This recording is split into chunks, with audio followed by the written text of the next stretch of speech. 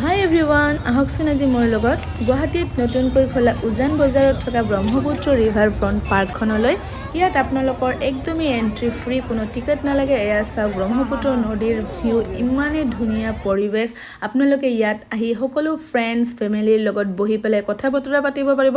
ইয়াত আহি এনেকুৱা লাগে যেন একদম মই বাহিৰৰ দেশত আহিছোঁ, এনেকুৱা লাগি আছে যে মই একদম ৱেষ্টাৰ্ণ কাণ্ট্ৰিত ক'ৰবাত আহিছোঁ। ইয়াত যে এইবিলাক বাচ্চাবিলাকক লৈ আহি পেলাই আপোনালোকে এনেকৈ বজাব পাৰিব, খেলিব পাৰিব। আৰু ইয়াত বহুতো এনেকুৱা জেগা আছে য'ত আপোনালোকে চেলফি উঠিব পাৰিব।